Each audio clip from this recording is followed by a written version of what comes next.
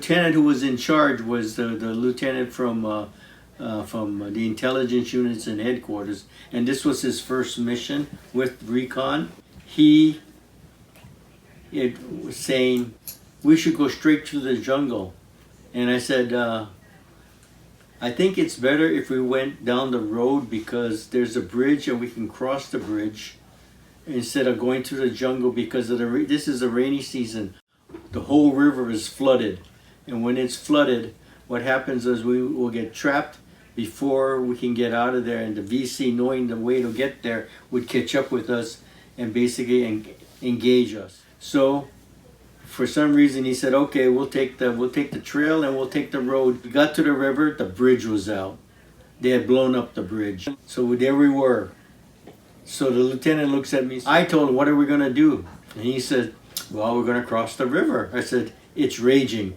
It's going full speed. It's like about 50, 60 miles an hour going downstream. If we get caught in it, what's going to happen is we're going to go taken downstream. He says, no, we can do it. So he decided by himself to get his backpack and try to go across the river by himself. And he got swept into the thorns. He was stuck there. And I looked at him and he was stuck. He couldn't get out. And after that, I said, okay, we're going to have to cross this river. We're going to have to get the lieutenant. I informed my group to get the branches from the nearby trees and tie it together. I got to the river, put all my equipment down. I dove under the water to the other side. There was no current underneath. All the current was above. The lieutenant looked at me and he didn't say anything. I said, I'm going to get everybody across the river by putting these branches together and one by one bring everybody over. He didn't say anything. I said, okay. So I dove back in the water again, went to the other side. Eddie was waiting for me over there and Eddie said, okay, I got all your stuff.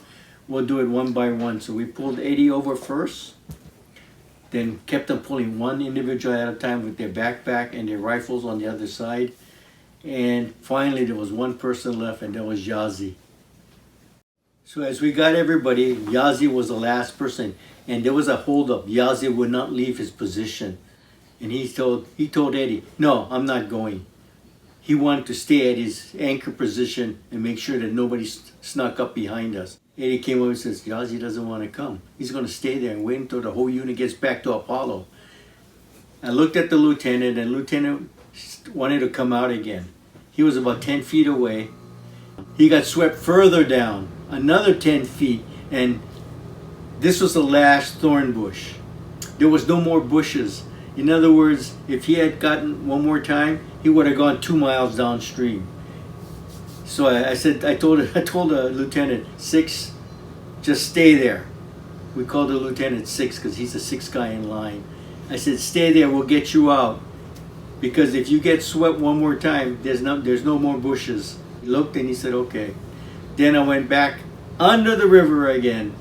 Went back to Yazzie. Said, Yazzie, what's happening? And he goes, pineapple. I go, yeah. He goes, I can't swim. I said, it's okay. We're just going to pull you across the river like everybody else. We pulled everybody across the river. He said, okay.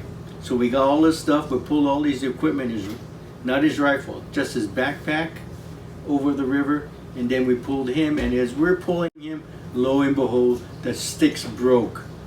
Where it was tied, it broke. And he went straight to the bottom. Eddie saw this and says, pineapple, Yazzie's, he's sinking. So he tried to go in for it, but then the current pulled Eddie away. And he was going down the river. So I grabbed Eddie and I pushed him to shore. And then in the next counteraction, I just dove right in. And as I went in, on the bottom of the river, I saw Yazzie holding his rifle like this on the bottom. I grabbed Yazzie and his rifle and I pulled him out. I swam out, grabbed him with 2 hands because he had his rifle like this. He would not release his rifle. He was just like this, clutched. So I grabbed him underneath. I got to the bottom and I pushed towards shore this way, and we got out. And then the next instant, as we were there, we set the perimeter out. We had to get the lieutenant out. So we got the sticks that we were using that were broken.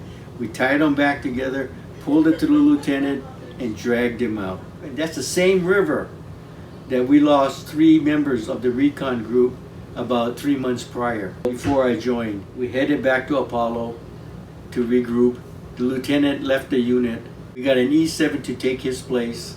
He lasted a couple weeks because he didn't like the way the unit was being run. So from Song to Apollo, we got Victor Henke, which was the greatest thing that ever happened to our unit.